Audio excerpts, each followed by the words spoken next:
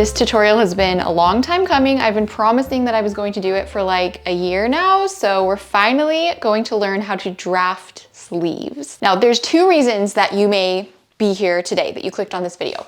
Number one, if you just want to learn how to draft sleeves in general, that's amazing. We are going to do my homemade method today. I've been drafting sleeves this way for my own personal projects for like a decade. It is certainly not 100% perfect. Like I said, it's a self-taught method, and I have since taken a professional pattern drafting course. And so I now know the professional way to draft sleeves perfectly. If that is what you were looking for, I would recommend taking an actual course. The one that I took is called Confident Pattern Making, and I will link it in the description. And it is very comprehensive, how to draft full patterns in depth. Today, we are just, like I said, going to do my homemade method, which honestly, even after learning the official method, I still think it holds up if you are wanting to make garments for yourself. I'll also say this tutorial is maybe a tad challenging. It's not difficult in the technique, but it does require a bit of confidence because even though I'm going to show you the method and the theory behind it, it does require you to do a lot of deciding and thinking for yourself. And so if you're not super confident in your sewing skills in general, I think you may run into issues of just self-doubt. So if you are either an intermediate sewist or beyond, or you're a fairly new beginner, but you're very confident, you'll be totally fine. The second reason that you might be here today is to specifically make a quilted jacket using the Ruby Vest pattern. We are using my Ruby Vest pattern that I am wearing today as an example because it is a very good candidate for adding sleeves. But I want to say I do not have any plans to make an official expansion pattern to add sleeves. People do ask me that quite often. It's not something I'm super interested in doing, so if you want to add sleeves to your Ruby, we are going to walk through the self-drafting method. Okay, so those are the two reasons you would be here. You want to learn to draft sleeves in general, or you want to specifically make a quilted jacket from the Ruby Vest. If you happen to be here strictly because you want a quilted jacket, and that's the only reason, you have no interest in self-drafting sleeves, I'm going to link some quilted jacket patterns in the description. Like I said, if you only want a quilted jacket, following this tutorial to get one is a little bit of a roundabout way to get there. And absolutely, you are welcome to stay if you just wanted a quilted jacket and didn't realize that this tutorial was about sleeve drafting. You can definitely still follow this tutorial and have some fun, or you can watch the video, see if it's something you want to do. But if you do not want to do it, I would recommend just getting a quilted jacket pattern. I have no interest in roping you into something you don't want to do. Just want to be super upfront about that. So head to the description if you are interested in fully ready to go quilted jacket patterns. Okay, so as we are about to embark on this sleeve tutorial, I invite you quite forcefully to don your self-drafting caps. We are about to enter a land of infinite possibilities, which means that there will likely arise questions that you have that I do not explicitly answer. So I'm going to challenge you to shed the expectation that you will be given every single answer to every question you could possibly have. Because in this land of self-drafting, you are going to need the mindset of flexibility and experimentation. If you run into something that you are not 100% sure how to move past or work through, just give it your best guess. And even if you get it wrong, you learned something and then you'll know better for the next time. So I will walk through the method, the theory, we'll go through a lot of troubleshooting things, but chances are something will arise that I do not specifically cover for your situation. So with that being said, this tutorial works best with a bodice that has a wide shoulder area here. Spaghetti straps or super thin straps are going to throw it off a tad, and that doesn't mean that you can't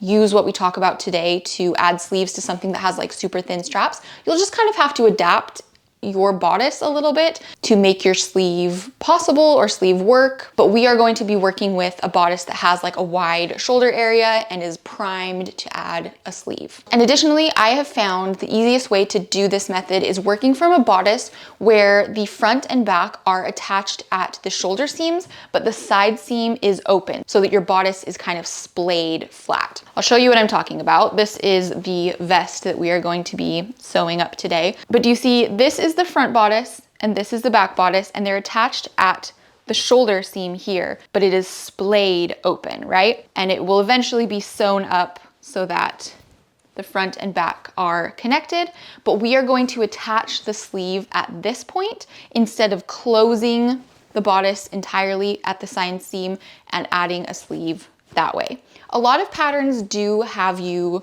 close up the shoulder and the side seam and then add the sleeve on like in the full circle here. And that is because that pattern has been completely 100% perfected to know that the sleeve is going to fit 100% perfectly within the armhole. But with this self-drafting method of kind of troubleshooting and trial and error, it's just so much easier to attach the sleeve when that bodice is splayed out. It gives you a lot more room to kind of edit, and you'll see what I mean in a minute. Now, normally the Ruby vest, if you've made it before, or if you're looking through the instructions, the Ruby vest is first attached at the side seam actually, and you do the shoulder seam last. But for the purposes of adding a sleeve and doing this tutorial, I've attached it at the shoulder seam, and that also means that I quilted my panels separately. So I had my 2 front pieces and my 1 back piece, and I quilted them all separately, as opposed to normally with the Ruby vest, you have all of the bodice pieces kind of laid out flat, attached to the side seam, and you quilt it as one big piece. If you're not doing a Ruby vest, that's not relevant to you, but I did want to mention that's a slight change in the pattern. Tools that you will need today. If you're making a Ruby vest, you're going to need the fabric that is listed in the pattern instructions, plus a little bit of extra fabric for the sleeves. Now, I know you're going to ask, how much fabric extra do I need for my sleeves? It entirely depends on the type of sleeve you're drafting, the length you're drafting, the width you're drafting, how wide your fabric is. It's impossible for me to give you an exact, this is how much fabric you need. But as an estimate, I used about 1 yard of extra fabric for my sleeves, for both sides, right? There's the like main side, which for me is the patchwork side, and then the lining side, which for me is this fabric. We'll get into all the details of my vest later. Don't worry about that yet. So I used about 1 yard of extra fabric per side, but that could change a lot depending on the width of your fabric. Like if you had a bolt of fabric that is 56 to 60 inches wide, which are kind of like a wider fabric, you might only need ½ yard. And if you have a much narrower fabric, you could end up needing maybe like 1.25 yards or like maximum 1.5 yards. So I know that's not extremely helpful because like I said, I cannot give you a specific, this is how much fabric you'll need. It just varies so much for everybody's different situation. But I would say if you want to be super safe, 1.25 yards or 1.5 yards is about as much as you could possibly need. But like I said, if you have a really wide bolt of fabric, if you're working with like a 60-inch wide fabric, I would say you'd only need maybe like ½ yard or 3/4 yard. When I'm doing projects like this and I don't know how much fabric I need, I just get a bunch extra because I know that I will use it down the road and I will likely end up with extra, and that's fine with me. So hopefully that gives you a little bit of a reference of how much fabric you might need for your sleeves. You will also need a bias binding. So I am actually using pre-made bias tape, if that's gonna focus. This is the one that I am using today. Normally, I am a stout make your own bias tape person. I much prefer to make my own. Literally the reason I'm using pre-made is because I could not find a fabric in the color that I wanted to in a short amount of time, but this one was the color I wanted. Again, this is a situation where you will need more than the Ruby vest calls for, but it totally depends on the type of vest you're making, where you're using the bias binding, what size you're making. So again, to give you a frame of reference, normally for a size 10 Ruby vest, which is the one that I'm using, the pattern size that I'm using today, normally that calls for 167 inches, and today I'm using 260 inches of bias tape. So it's about 100 extra inches, and that is because I am going to be binding the side seams, the seam of the sleeve. I'm going to be binding around the edge of like the wrist sleeve opening because I want my jacket to be fully reversible. So if you're not doing all that, you might not need that much. And then additionally, if you're doing a tie version, like this vest that I'm wearing right now has ties, the jacket I'm making today is going to have snaps instead of ties. And so I didn't need the additional bias binding to make ties, but I am adding pockets. This is not something that is in the normal vest pattern, but I wanted to experiment with it. So I'm kind of winging this. We'll walk through pockets at the end of the tutorial, but I'm going to be binding the like border of my pockets as well. So that doesn't account in the 260 inches that I'm using today. That's just for the jacket. My pockets are going to use about 80 inches because I have 4 of them, 2 for the front and 2 for the lining. And then ties add an additional like 50 inches. So take that into account. You will need quite a bit more bias binding. Hopefully like kind of all those measurements give you an idea of how much you might need. And again, this is a situation where I just bought a crap ton of bias binding to make sure that it will be enough for my jacket, and I know I can use this down the road if I need to. And if you're making a quilted vest, you're going to need batting. This is the batting that I use today. I'll link it in the description, but it is a medium loft. Do you see here? That's a medium loft batting. It's just what I had on hand, so I used it.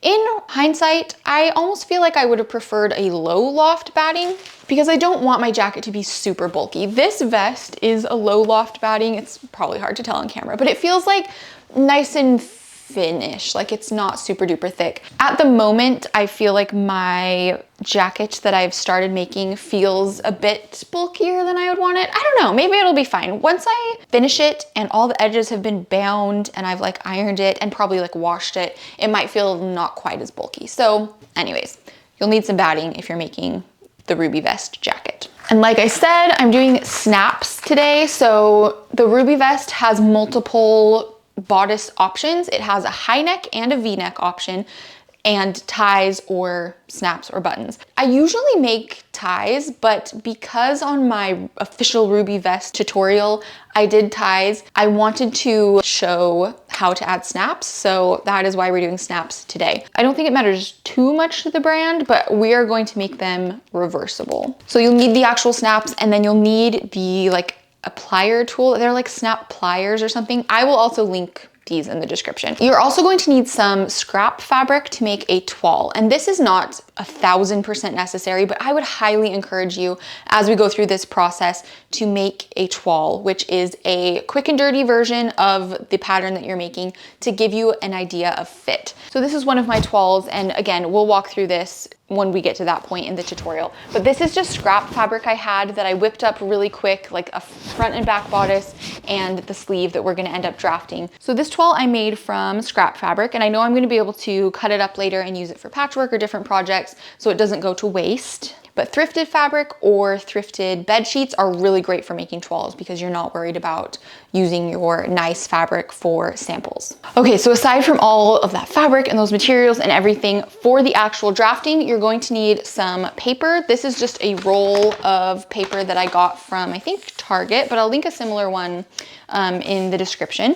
Nothing fancy, it's just normal like craft paper. You can either use a roll of paper, which I've found super helpful to have like a roll, right? Because I do a lot of pattern drafting, or I've many times like taped together like random scrap paper that I had in my house or my kids' construction paper or whatever. You don't need to use anything fancy for pattern drafting as far as paper goes, and you'll need a pencil, of course, with an eraser. And then I'm also going to use my straight edge quite a lot. I have this linked in the description. In fact, I have a link in the description that is like all the sewing tools I use ever. So all of those things are in there, but I'll link this as well. I'm gonna use my straight edge a lot. You don't need any sort of like fancy like curved ruler or anything like that for this. And then finally, you just need the actual pattern pieces. So these are my Ruby vest pattern pieces. They're just traced off. They're not like the official printed versions, but they are the official Ruby vest pattern. If you're making a Ruby jacket, of course, if your situation, you're doing a sleeve for something else, you just need your bodice pieces for whatever other pattern or project you are working from. All right, I know that was so much information at the top. I feel like it was all necessary, and now we are going to put pencil to paper and get into drafting. So I have here my front and back Ruby vest pattern pieces, and you'll see I made a couple changes to the bodice. These are changes that you do not have to make, but I'm going to talk through them, why I did them, and they are fairly minor. We're gonna look at the front bodice first. So there are just 2 changes. This orange-ish line here is where the Ruby vest normally is, where those lines normally are. So you'll see I extended the neckline here from the shoulder and raised it a little bit. And the reason that I did that is because the vest as it is, these shoulder straps are not as wide as I would want them on a jacket, right? Because the purpose of a vest is for it to be a layering piece, right? Like it goes over top of something else that you wear under. I wanted, if you had like a collar or a sweater or whatever, you to kind of be able to see that more clearly. And for a jacket, I wanted it to come in closer around your neck for like warmth purposes. And that's something that I discovered in my toile process, but I'm just going to start off with that right off the bat for this walkthrough. So I extended the neckline here at the shoulder and going a little bit up here.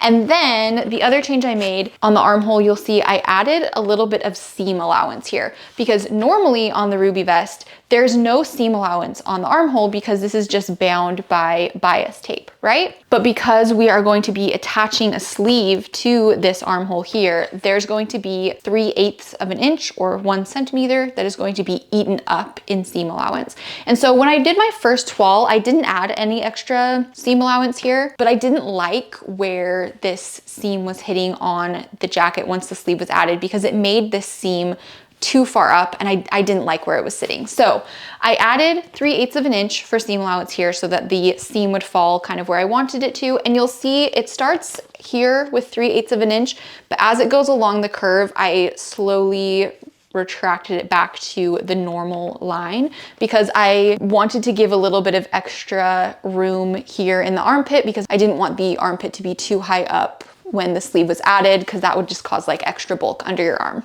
So again, these are changes you do not have to make, but I did add a little bit of extra here and a little bit extra at the armhole. And those changes are basically the same on the back bodice. You'll see I added that extra seam allowance on the armhole and a little bit of extra at the neckline. So that's why I changed those, but you don't have to do it. So the first thing that we're going to do before we draft the sleeve is we need to get a good idea of what the finished armhole is going to look like. So what I'm going to do is I'm going to attach these two pieces of paper together as if they were sewn together. As a note, you'll see that the front bodice piece looks like it's shorter than the back bodice piece. It technically is shorter. They are the right size. If you see, the side seam is the same length. So I get this question sometimes when people are putting their pattern together, they'll notice that the front and back are different lengths. The side seam is the same length, which signifies that it is the right size. And the reason that that is because the seam at the shoulder sits forward a bit. So you'll see once it's connected, this is where the shoulder seam is going to be. It's a little bit forward as intended, and the vest will end up looking normal, I promise. So I've clipped together the side seam here, right, as if it was sewn. And now I want to attach the shoulder seam as if it was sewn. And I've marked here, you can see I've marked the seam allowance. So at the shoulder, the seam allowance is 1/2 inch. So I've marked where that is, and I'm going to actually fold the back bodice piece down where that seam allowance is going to be, right? Because if these are sewn together, there's going to be that bit of seam allowance. So I'm going to clip it with that back bodice folded. So now we can see kind of what this armhole looks like. And you'll see it doesn't sit totally flat. And that is the result of the way that these pattern pieces are designed, just helps the armhole gaping here. So don't stress that it's not laying perfectly flat, but you can kind of get an idea of what this armhole looks like here. I am going to trace off the curve of the sleeve, and I'm lining up my side seam here with the grid that I can see underneath my paper, which is perpendicular to the top of the paper, right? I'm just going to take my pencil and trace. Right now I'm tracing along the back bodice. I'm going to do a little line there just to kind of mark where the side seam starts. And then for the front bodice, I'm just going to kind of lift up the back bodice and roughly mark where the front bodice lines are. Okay, so there you can see I have my two lines. This is the back bodice line and the front bodice line. So the purpose of that is just to give us a frame of reference of how big that armhole is going to be. So we are going to be drawing the sleeve out this direction, right? And this is like the arm of the sleeve. And this curve here is going to be our sleeve head. So this is my finished quilted sleeve, you can see here. And I want to talk about this sleeve head here. And we're looking at right now on the paper as this being our sleeve head and curving along this way, right? And you can see that the shape that we've traced is much different than the end shape of this sleeve head. Now, if we left this curve and left the sleeve head looking exactly how it looks on the paper right now, that would be great if our bodies are scarecrows and our arms just stick straight out. But what we need to do is fix the curve so that our arms can comfortably rest at our side like human arms do, right? So what we need to do, going from this shape to this shape, is we need to extend the top of the sleeve head, which is going to be this area right here. We need to extend that so that there's more fabric to let your arm rest at your side. And at the bottom of the sleeve curve, we need to take away or like decrease the fabric here so that there's not all this extra bulky fabric underneath. Does that make sense? So extending the sleeve head at the shoulder, which will be at the top of the sleeve head here, and decreasing it here at the bottom. I just realized how dark it's gotten in here, so I flipped the lights on. Hopefully you can see better. It's not messing you up too much that the lighting just completely changed. So I'm going to start by extending the sleeve head about 3.5 inches. That number is based on like experience. When I first started doing this, I completely just freehand guessed how much to change my sleeve head. But now I know that like 3 to 4 inches is usually about where I start by extending my sleeve head. And then I'm probably gonna end it maybe like 1 inch away from where it is right now. So there's that inch difference here and 3.5 inches here. And then from there, I'm pretty much just going to freehand draw a curve.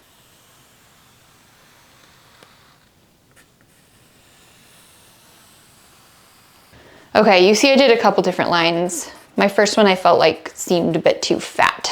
I don't want you to stress at this point. I know that freehand a curve might not be your style like it is my style.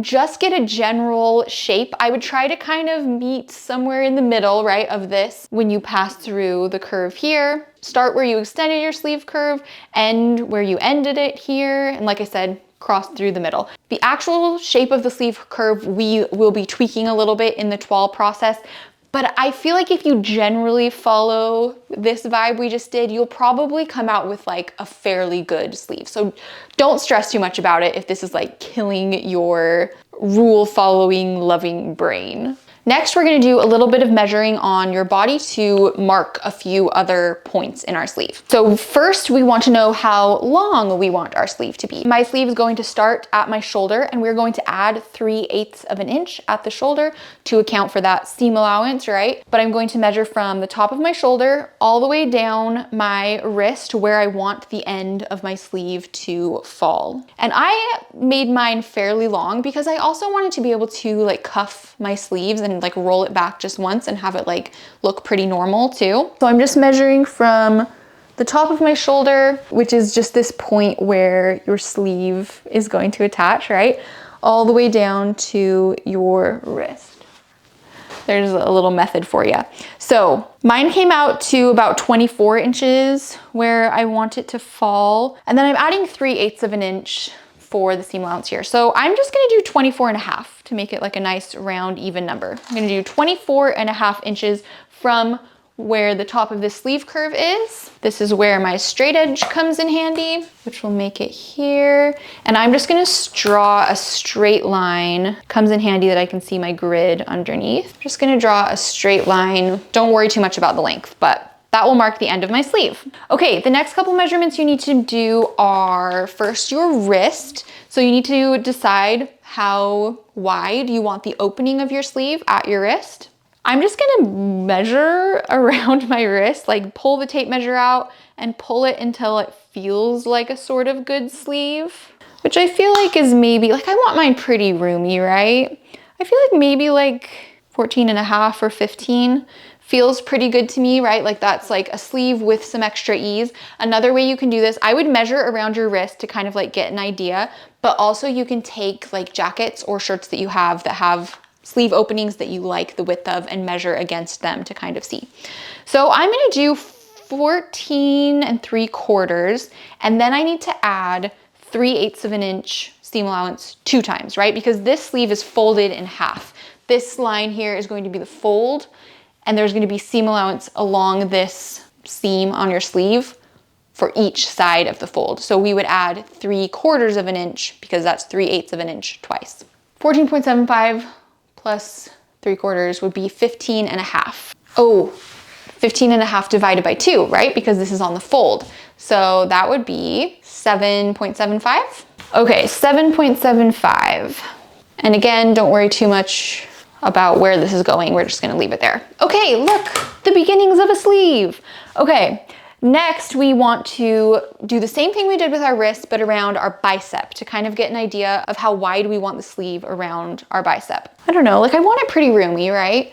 Maybe like 18 or 19, because right now it's about 18.5. So let's do 18.25, and then we'll add in the 3/4 inch for seam allowance. So in total, that's gonna be 19 inches. 19 inches divided by 2 is 9.5. See, and that comes in quite nicely with where we've ended our curve. So I'm just gonna do like a pretty light line right here because we're gonna be curving that in a little bit. Okay, that actually worked out extremely well. I'm gonna extend this just a little longer because you can see it doesn't quite match up with where the bottom of our curve is. So I'm extending that just a tad. So now that we have these marked, we have where the sleeve curve or sleeve head ends, we have our bicep line, and we have the line at our wrist. So basically all you need to do is draw a line that roughly goes through all of those points.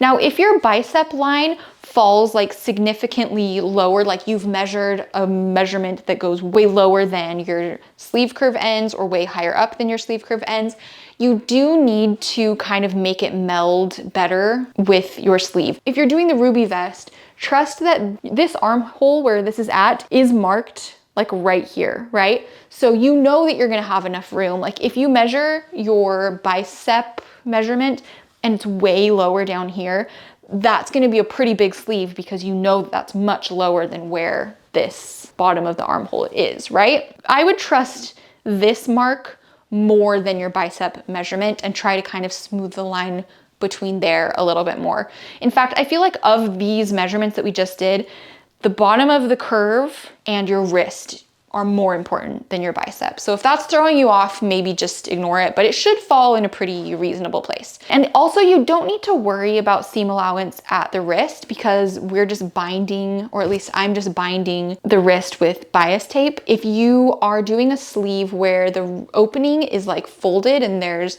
seam allowance there, you'll need to add on any extra seam allowance at the wrist. I don't have any seam allowance here, so I don't even need to worry about keeping this line straight at the wrist, right? As long as it's like fairly straight and not coming in at a super crazy angle, it's gonna be fine. I'm gonna draw kind of a light line there. I feel like that's pretty good. And then you just kind of wanna decide, like, you could have this line be straight from the wrist and like curve down more. You know, you can change up this line kind of how you want to. For the purposes of this quilted jacket, it's a pretty like straightforward line. Like I want to keep this pretty straight. I don't want to curve it too much.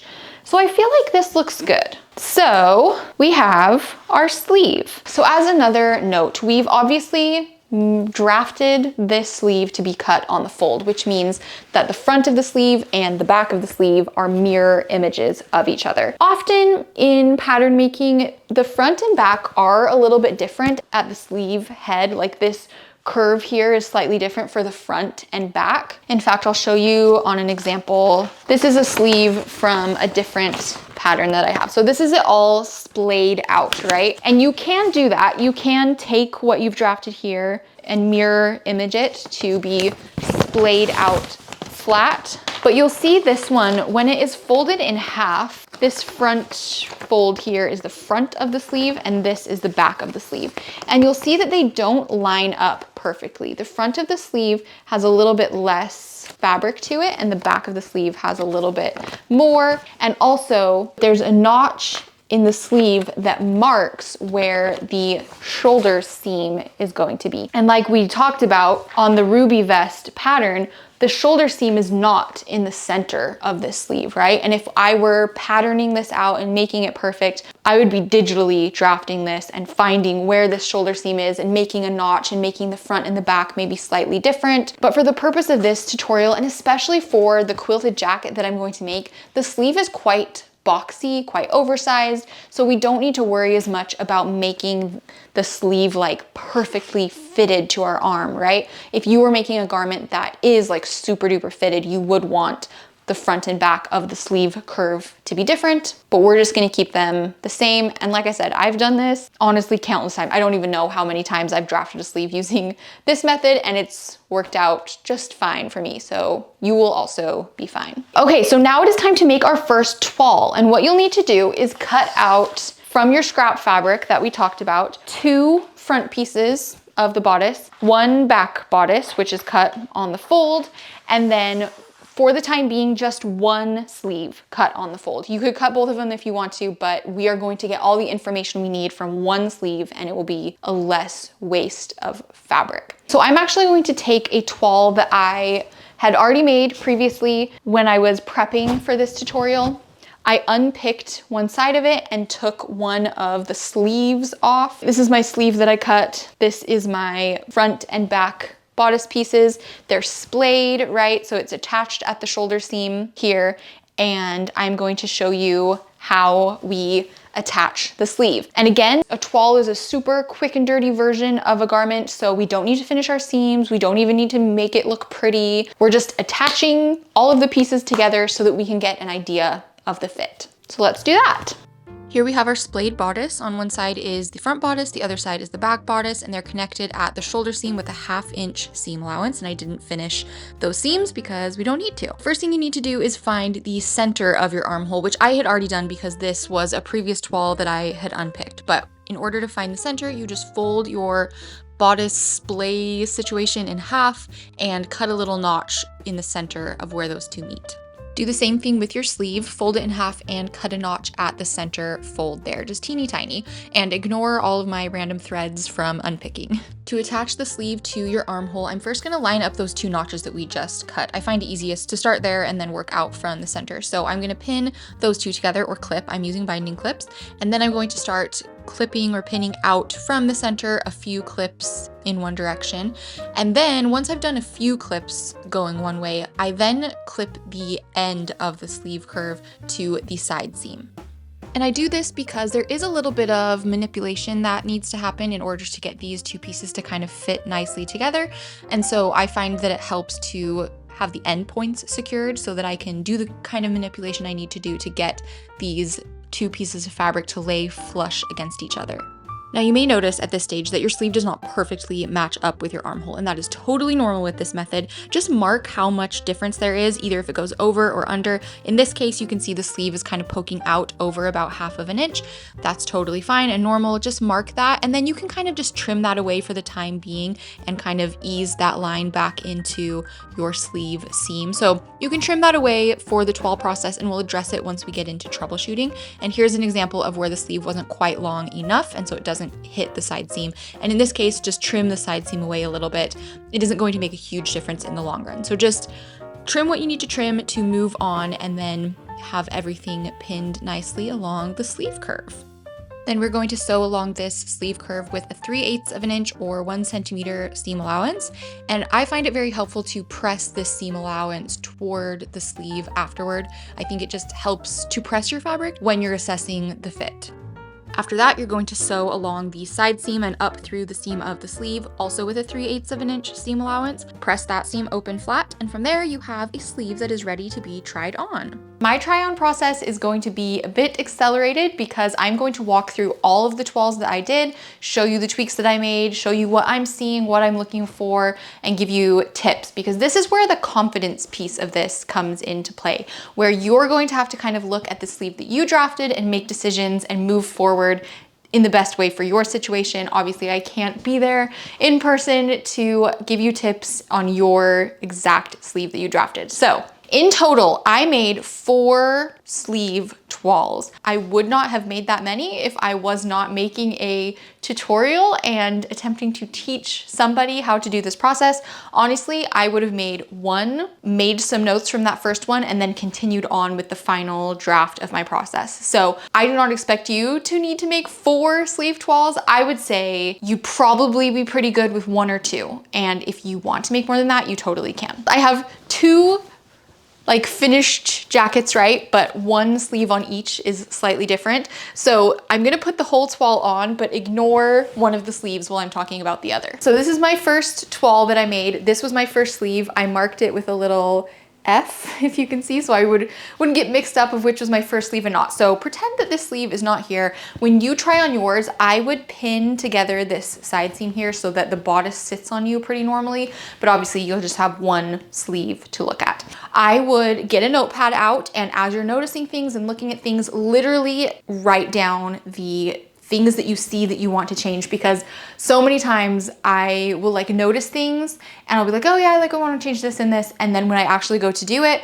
I forget a couple of them because I didn't actually write them down with exact measurements of how I want things to be different, right? Another tip I would give is to set up your phone and like record a video of yourself, like turning around, moving, showing the different angles, because I feel like seeing yourself in a mirror is helpful for sure. Definitely look at a mirror also, but seeing yourself on video, you notice so many more things, especially like you're able to really like move your body how you normally would without craning your neck to see things, right? So get a notebook out, record yourself. So for this toile, the first thing I noticed was that it was way too big. In fact, normally my size in the Ruby vest is a size 8. I make a size 10 if I want one that's slightly more oversized, and I make a size 6 if I want one that's slightly more fitted. And I was thinking, well, I want my vest to be like a very oversized quilted vest, right? Like I want it to be really roomy.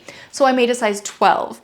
I didn't think that through very well. So this bodice is a size 12 and it was way bigger than I wanted it to be. It feels like it's like falling off. I should have remembered that the Ruby vest in general is oversized and I make a size 10 when I want it to be oversized. So I ended up with a size 10. This is a size 12. So my first note was make the bodice a size 10. The other thing that I noticed with this one is, like I said, I felt like part of this is the sizing, but I felt like it didn't come quite as close in to my neck as I would want a jacket to be. I want a jacket to be kind of up more close to my neck. The Ruby vest sits a bit lower, and as you saw with the Ruby vest I was wearing earlier today, that one's a size 8, so it's 2 sizes smaller. So that helps it a little bit, but I also just knew that I wanted it closer in. So that's why I added that extra room around the neckline. And then also at the armhole here, I had not added any seam allowance to this toile because I just wanted to see what it looked like without adding anything. And I did feel like once the sizing was right and once it was sitting on my shoulder a bit more, I didn't like how far up on my shoulder this seam sat. I wanted it to sit more at the point of my shoulder and not like on top of my shoulder. So that's why I added that 3/8 of an inch there. And then as far as the actual sleeve, honestly, it's not horrible. And do keep in mind that since this is going to be a quilted garment, the fabric is going to be much thicker. So yes, it's definitely like pretty roomy, and normally I would feel like it's too roomy, but because it's quilted, I wasn't mad about the width. I felt like the width seemed pretty good. And even the length is pretty good because, like I said, it is a bit long-ish, but I wanted to be able to cuff it. So I felt good about the length, I felt good about the width. The sleeve curve is where the biggest things I noticed. As you can see, if I'm holding it out like this, it doesn't seem that bad, right? If I was a scarecrow person, you can see that it bunches up a bit here if I was an actual scarecrow. And I eased up that curve so that my arm could comfortably be about here. But when my arm goes to my side, there's a lot of bunching here. Like the sleeve is pulling. There's these pull lines here that you can see in the fabric that I really don't like, and they don't seem to be very natural. I can clearly see that I need more fabric here, like more extended fabric at the sleeve head. And this first sleeve that I drafted, I probably only extended the sleeve curve about 2 inches. The one that we drafted not too long ago, I added 3.5 inches, and that's more based off of what I ended up with as opposed to my first draft. So this draft only had a couple inches of ease here at the top of the sleeve head, and you can see it's just pulling weird. It's not sitting right. So change those things about the bodice, and I made a note to add more height to the sleeve curve to ease that up. So from there, I made my second sleeve, and you can see even right off the bat is pretty pull line free when I'm about here. And this one, I added more height to the sleeve. So if I put my sleeve up here, you can see there's more of those lines, but this one's at ease about here. So much better. You can't see quite as many of those lines. On this one, you can see like quite a few pull lines. On this one, it's a lot better. So that's the main difference I did with this sleeve, is I added height here, and then because of that took away a little bit of fabric here. So this one is much, much better. And honestly, if I was just doing this on my own for myself, after I did this one, I would have made that change to the sleeve curve and not even done a second toile. I would have just continued on with my project. So if it was just me, just doing this for myself, I would have done one toile. For these purposes, I wanted to show kind of what that change would look like. But one other thing I noticed when I did this sleeve, I felt like there was still kind of too much fabric in this section here, which to reflect that change on paper, it would be to make this curve more narrow here, like cut the fabric in more this way so there isn't as much fabric. And I think you can see it more at the back. Again, this is more oversized than I ended up being, so take that into account a little bit. But I just felt like there was so much fabric right here, right along, like on the sleeve, right and close to this seam. I wanted this like chunk of fabric to be cut out right here. Yeah, you can see it a little bit better that way. So this one really isn't awful. I feel like it's pretty good, but I did think I wanted to extend this maybe even slightly more, and I wanted to take some of this chunkiness out of the curve of the sleeve head there. So those were my first two sleeves. Ultimately, not too horrible. I'm gonna try on my next toile, we'll go much quicker, and then I'm gonna show you on paper how you would troubleshoot some of the things that you're seeing. So my next toile I made out of an old bed sheet that I thrifted. So in this one, I made the bodice a size 10 and I added those differences. And ultimately, I ended up adding even more fabric here because I felt like it was improved, right? Like this distance between my neck and where the shoulder started, it was better, but it wasn't quite as much as I wanted. I made the bodice smaller. It's definitely a much better fit. And then I added a bit to the neckline as well. Okay, let's see what sleeve was first. I did mark it. There's my little F there. So this was my first sleeve after that. I made those changes. I made the head of the sleeve curve even higher. And you can see it does, like this one, it's good when I'm holding my arm about here, right? Which is perfect. I feel like that's really good. I liked the curve of the sleeve here, and I took out some of the bulk there. So this one I feel like does fit really nicely. I also ended up making the sleeve a little bit more narrow because I thought that I would want that. We'll get into later, I kind of changed that back. But this one's a little bit narrow. It's also, because it's a size 10 bodice, it changed the curve here. So I kind of had to start over from scratch with some of the notes that I had previously. So this sleeve is also a size smaller because it fits in with the bodice, right? So this one overall, I felt like was quite good. The only couple things about this one, and again, I would not have been as finicky if it was just on my own thing. I do feel like in the back, there was still a little bit more fabric there than I wanted, a little bit more pull lines, and I really had made the angle of where my bicep a little bit too narrow. It felt like it almost looked like a bell sleeve, even though it's not. Like it does kind of come out funny. So I just figured might as well just make one last sleeve. You know, I already have this toile.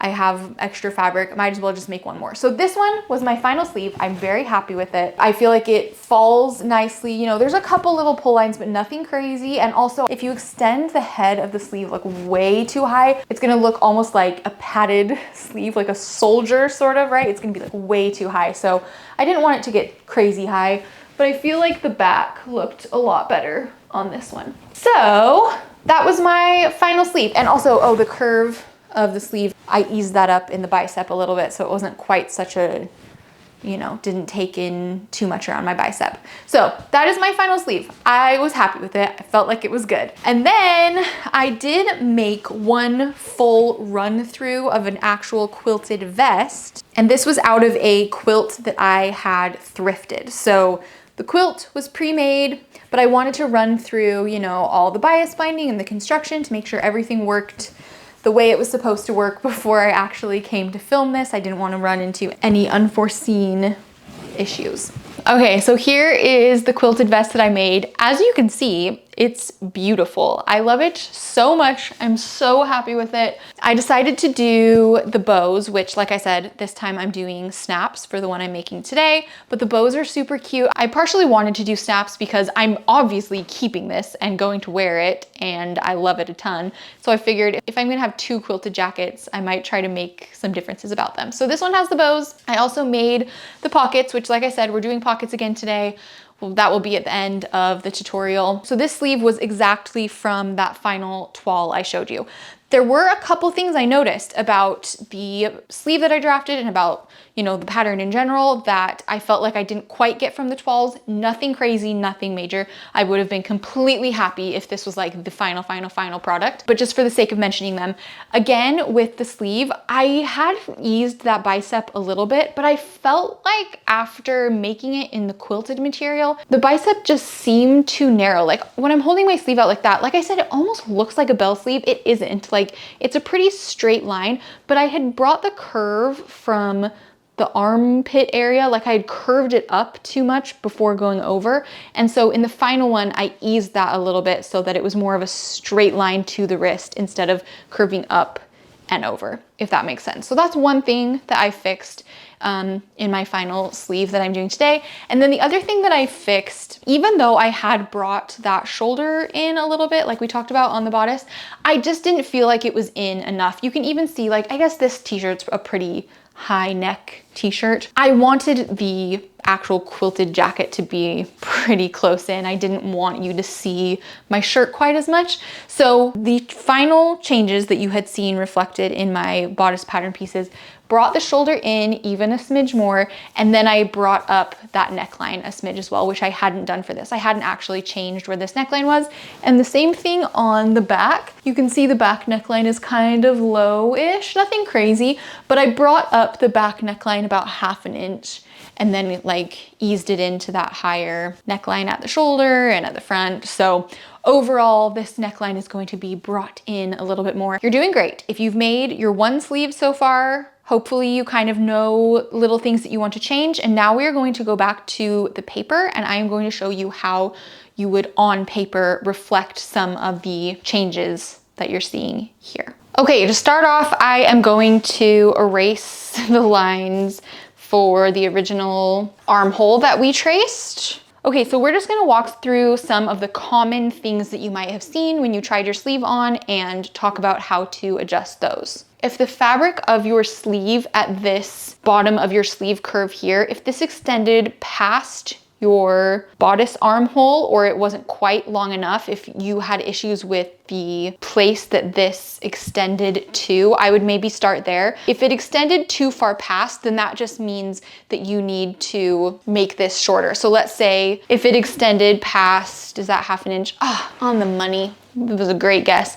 If it extended past 1/2 inch, I would just mark up 1/2 inch and then redraw this line to be shorter. And I would just keep your wrist measurement where it was at, unless you're changing that, and kind of redraw. And then similarly, if you didn't quite have enough fabric, then you would just mark 1/2 inch or whatever it was and redraw that line again. And hopefully you kind of marked how far off it was when you were pinning your sleeve. If the top of your sleeve head was having the issues that I was having, where there was a lot of those drag lines and those pull lines here, like there wasn't quite enough volume in your sleeve head, then you would just be extending this mark further up. And I would maybe do it like 1 inch or so. If it's significant, if your sleeve was looking great when you were a scarecrow and awful when it was down by your side, then yeah, maybe add like 2 inches. I probably wouldn't do more than that. But all you would have to do then, like if you were adding 1 inch, there's 1 inch more, redraw that line and ease it back into your curve. So that's how you would add volume.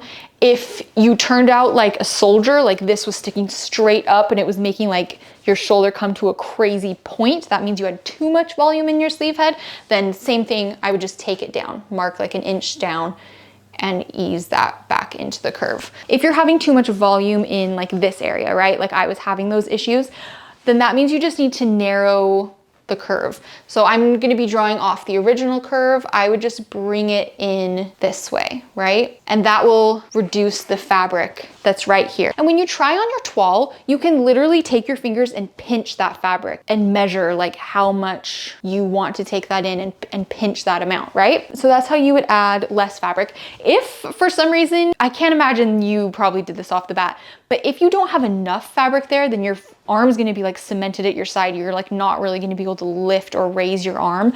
Then you would do the opposite, right? You would give yourself more volume there. I think generally it's more common to have too much volume instead of not enough. So that's what you do there. I know that's getting quite complicated. I'm just gonna quickly draw over the original line with an orange marker. And then some super simple changes that would be very easy.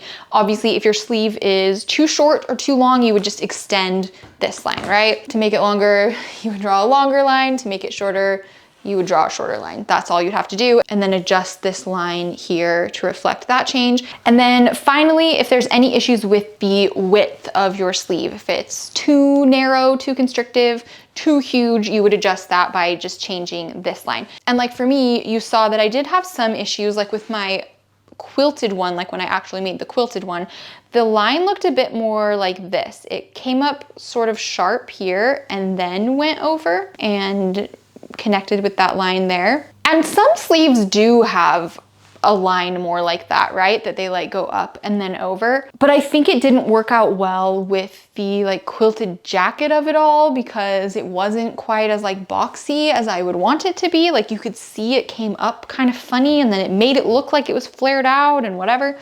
So that's why on the final one, I really just took it from point A to point B for the most part. I didn't worry too much about curving that in. So if it's too narrow or too narrow in the bicep, I would ease it out by straightening this line. If you want to make it closer in at the wrist, you would just mark, you know, wherever you want to do that. And then I would draw a line kind of like that. And I would, you know, you can make that more of a sharp turn. Again, I would probably try to ease this a little bit because you don't want it too sharp of a curve right by your wrist. So hopefully that gives you like any information you would need to kind of make the tweaks that you want to make. Like I said, I think if you already made one toile, you made some adjustments like we talked about, and make a second toile, I would say 98% of you should be golden and ready to move on. I'd be pretty surprised if after your second round of tweaks, it's still like way off of what you want it to be. You can do this however you want to do it, but hopefully you have the tools to proceed as you wish. As we are about to jump into the quilted jacket construction, I have a couple notes. And if you are not making a quilted jacket from your Ruby vest, this is probably where our paths diverge the most. You know how to make your sleeve, you're good with your sleeve. The construction of your garment may be completely different than what we're doing now. So I am going to be speaking as if you are making a Ruby jacket vest, right? My particular vest that I am doing, or my jacket that I'm doing, on the main side, I have made a patchwork fabric out of scraps that I have. Talk about that in a second, but I just want to show the other side. This fabric is actually leftover from my curtains in my studio here. I got these curtains from Urban Outfitters, and it's like a toile. We've been saying that word a lot, but toile has multiple meanings, one of which is like the samples that we made, right? But a toile pattern is like this type of pattern. Oftentimes it's like blue and white instead of green and white, but it's like these kind of little foresty scenes. Anyways, so this is a frog toile, and all across the fabric are these little frogs just like having fun, having a good time.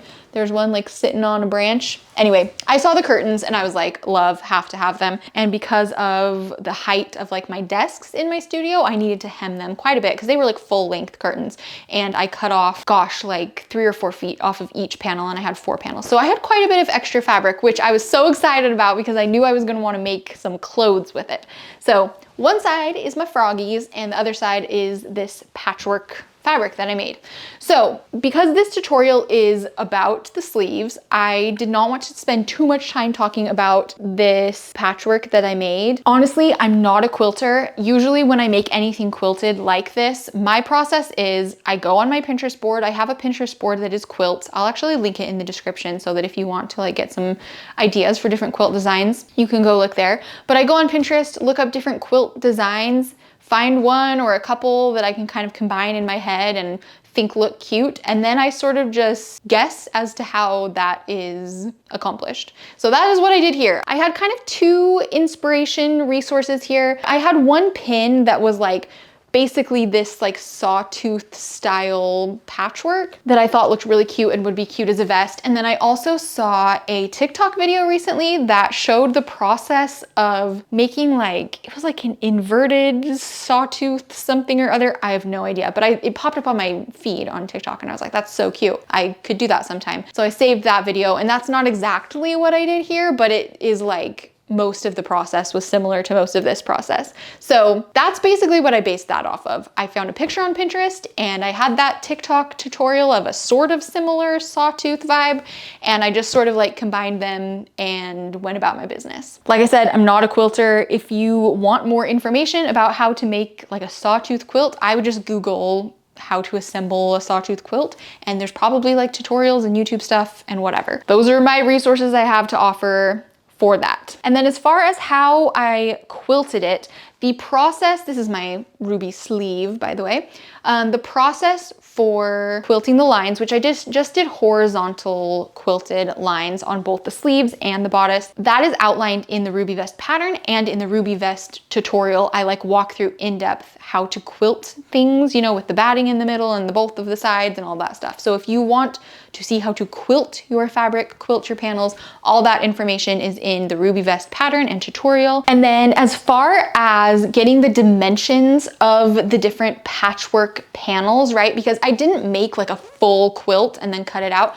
I made like one panel of patchwork that was roughly the size of this sleeve. And I made one patchwork panel that was roughly the size of the front bodice and roughly the size of the back bodice, right? And then I cut it out from there to like reduce waste as much as possible. So if you want more information on mapping that out, mapping out your quilt, doing the math of figuring out, you know, how much fabric you might need and how to lay out the quilt and, you know what sizes of everything, I made a quilted dress a few months ago, and the quilt design is different. It's not this sawtooth design, but the principles are the same and the theory is the same for figuring out how big your panels need to be based off your pattern measurements and all of that stuff. I'm going to link that tutorial if you want specific help with mapping out patchwork for quilted garments. Finally, I am doing pockets on my quilted jacket. Like I showed you, I did pockets on my test one, my run through.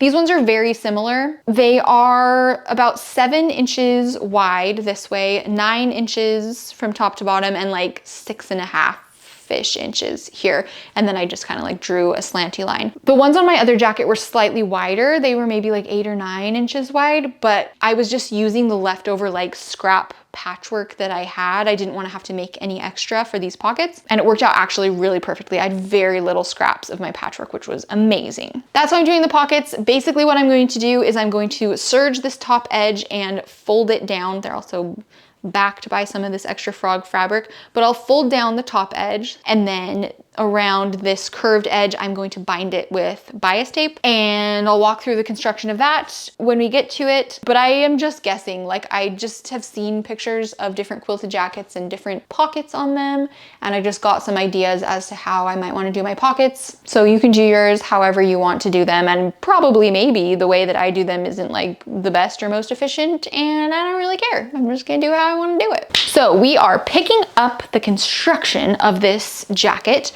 with the front and back bodice pieces connected by only the shoulder. And the way that I've connected the shoulder with this bias binding is exactly the same as it is in the instructions of the Ruby Vest and in the video tutorial of the Ruby Vest, so you can follow that to attach the shoulder. We're picking up here with it attached and splayed in this manner, and then we're going to attach the sleeves just like we did on the toile, but I'll walk through it, and then we are going to bind all of the inside seams. We'll bind this armhole with bias tape, we'll bind the side seam and the seam in the sleeve with bias tape, we'll bind the wrist like around the opening of the sleeve, and then we will bind around the whole outside of the jacket. So lots of binding is going to be happening, but it is fairly straightforward. Let's do it. This is the exact same process as how we added the sleeve to your toile, except there's just a lot more fabric going on and batting and all of the quilting stuff. So first find the center of your armhole and the center of your sleeve, just like we had done previously, and then match up those center seams and pin or clip out from there. And this time, because you have fit tested and made toiles of your sleeve, it should fit perfectly into your armhole. It was at this point that I really came face to face with the repercussions of my very thick quilt batting. So as I said, I did a medium loft. I really wish that I had done a low loft. It worked out fine and I made it work, but I did lengthen my stitch length for most of the jacket construction just because there are so many layers. My machine needed that extra little boost to get through them. So I am going in here actually with a 1/4 inch seam allowance. I would attach yours either with a 1/4 inch or scant 3/8 of an inch seam allowance because we are going to go back over this seam when we attach the bias binding, and that time we'll do a 3/8 of an inch seam allowance, and I don't want this stitch to be visible. So it's going to be a 1/4 inch seam allowance, and it was a little bit tricky with all these layers, but we made it work. Going forward, I decided to do all my seams on this jacket with my serger. It also does a 1/4 inch seam allowance, but it also manages those layers a little bit better. It like flattens them and seals them and trims them a little bit just to make it all much more manageable for me. So going forward, I'm going to be doing my serger anytime you would need to be doing a 1/4 inch seam allowance. And if you haven't, I also went back over that first stitch that I did with my serger so you can see the original thread that I used and the serger thread here. Now the fun part, we get to attach the bias binding. So this is 1/2 inch double fold bias tape, and the fold on the inside here is actually 3/8 of an inch or 1 centimeter. And so that is what we're going to use as our guide when we stitch it in place, because that's going to be our seam allowance. So I'm pinning or clipping it here along the edge of my sleeve curve.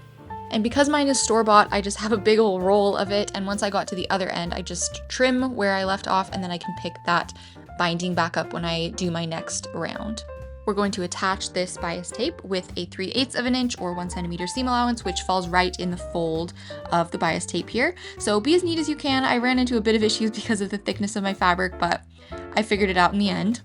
And once that's all stitched in place, we are then going to fold your bias tape over that seam allowance and line it up with the stitch on the other side that you can see right there. So that's what we want to cover. We want to line that up so that it's just a hair over the stitch. It covers the stitch, but it's not going way too far over because we are going to top stitch along this bias tape. And if you went way too far over that original stitch line that you can see, it's going to be very visible at the next stage. There is a spot here where my seam allowance got away from me. It's too thick, as you can see. So when I go to fold over my bias tape, it just doesn't quite reach. And so I could unpick that whole thing and do it again. I really don't want to do that. So what I'm going to do is just trim the seam allowance away a teeny bit. It really is like an 1/8 of an inch, maybe. A little bit goes a long way. So if you run into that issue, it's totally fine. Just trim it away, do your best, and move forward. All right, it is time to top stitch along our bias tape. And remember that this stitch here marks where the bias tape ends on the other side of our fabric, the side that we can't see. And so as you're top stitching, try to keep your bias tape on this side pretty close to that line as possible. You don't want to pull it too far over. We're going to be stitching right along the edge of the bias tape, pretty close to as close as you can get for the neatest look. And take your time, don't rush. And remember, my stitch length is lengthened a bit. I put mine at a 3.5 for this step just because there's so many layers and I feel like that helped a lot. I'm fairly happy with how mine turned out. I think there's a couple spots where the stitch ran off the edge, but it's fine. Nobody's really gonna see that or notice that except for me.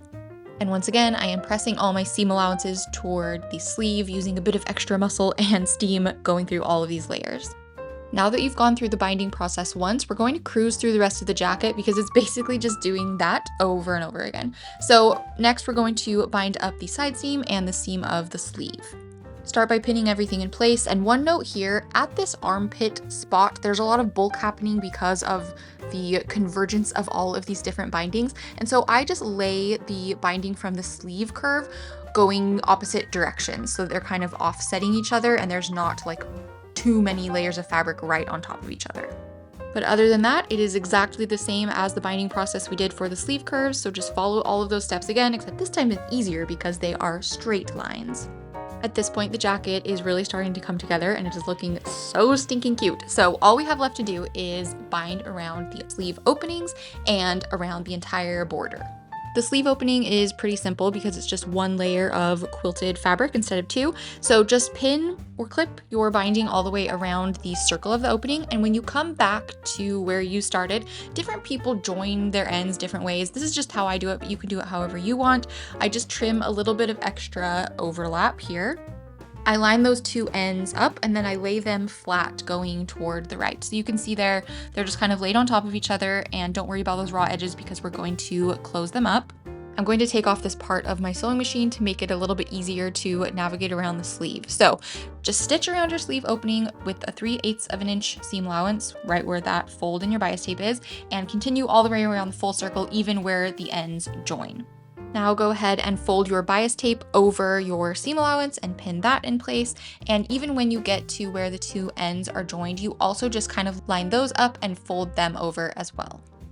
Once that is all pinned or clipped in place, you're going to top stitch around your bias tape as neatly and cleanly and slowly and carefully as possible so that it looks nice from both sides.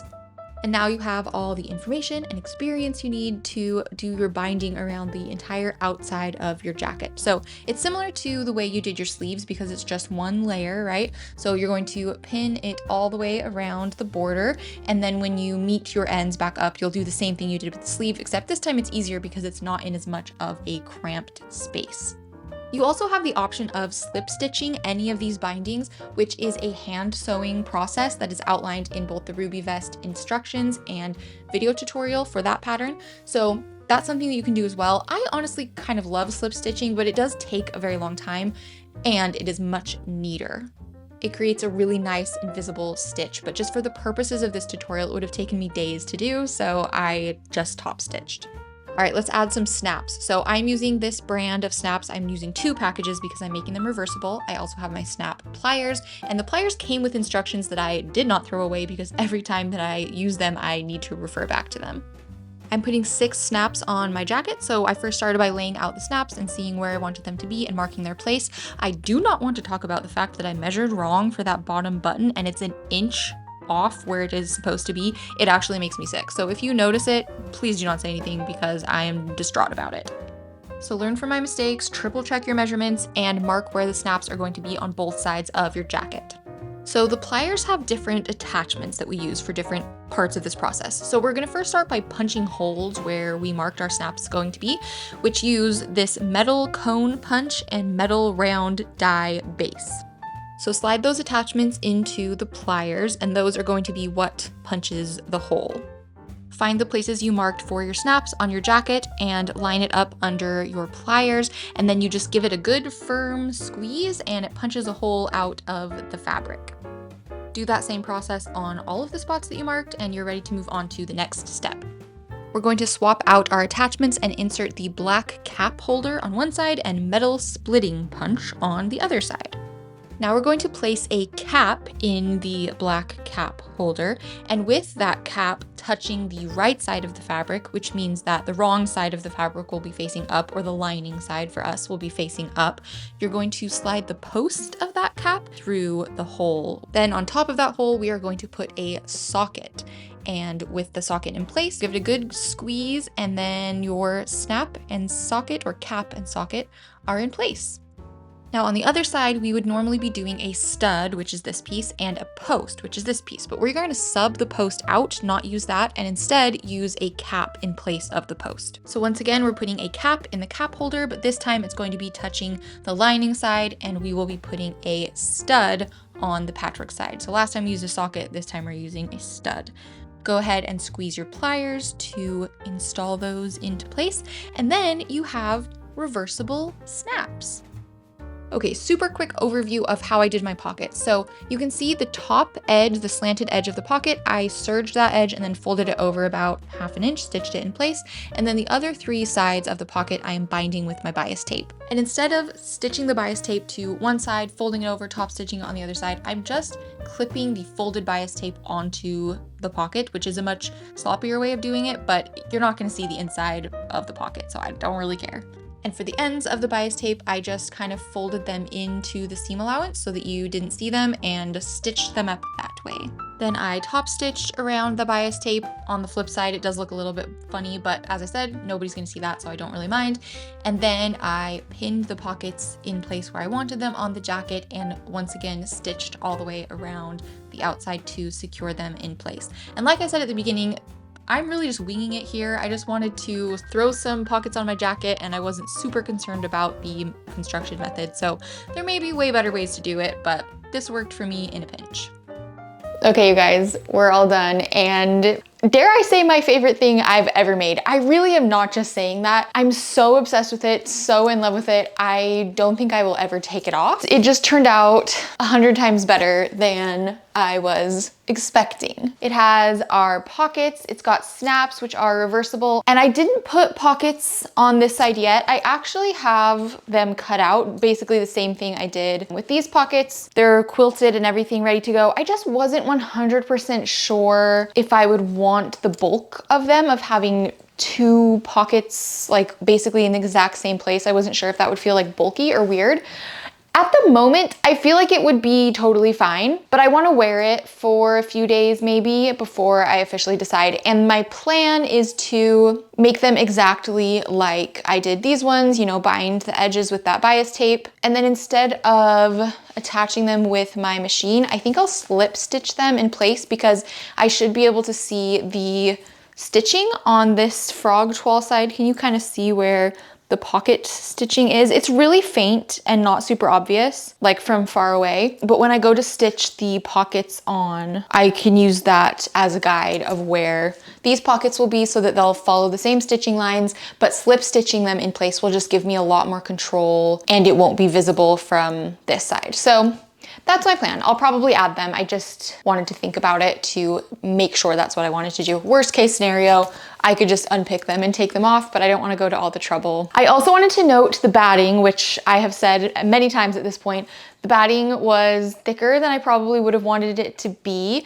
Upon completion, I actually am not as upset about the batting thickness as I thought I would be. The whole time I was sewing and working with this batting, I was like, oh, I wish I did low loft. I wish I did low loft. And now that it's completed, I don't think it feels too bulky to wear. It is definitely like thicker, which is nice. I have to go to my son's soccer practice tonight, and I'm very excited because it's gonna be a cold day, and I'm just gonna wear this with a sweater, and I'm gonna be very warm. I still think I would have used low loft batting, but mostly for ease of construction, not necessarily the end result. I also wanted to call out the neckline, which you know I raised. I am really happy with it. I feel like it comes in exactly where I wanted it to be. And the back of it as well, I think, is where you can really see that difference in a positive way. Okay, I'm gonna flip it around because I want you to see the other side. Yeah, it's just cute. I love it so much. It feels like I now have 3 quilted jackets, because I have both sides of this one, and then I have that blue quilted one that was kind of my practice one. So I'm just gonna be wearing quilted jackets all fall long, which I'm not mad about. And I think that this frog toile was a great choice. So there's the reversible side. Snaps are reversible, so I can still snap it up if I wish to. Hopefully you guys were able to follow along and draft some good sleeves. I really never get over the high of self-drafting something when you're done. It just feels so rewarding. It's like a superpower, especially after going through all the work, doing all this different math and measurements, and then ending up with a beautiful garment. It's just so impressive. And I guarantee you people will ask you if you made like a quilted jacket like this, people are gonna say, where'd you get that? And you can say, I made it, which is the best feeling in the world. So thanks for sticking around. I know this one was kind of a long one, but I feel like there was so much valuable information and I didn't want to skip over anything. So love you guys, proud of you guys. Tag me in your jackets if you make them, and let me know what tutorials we need next.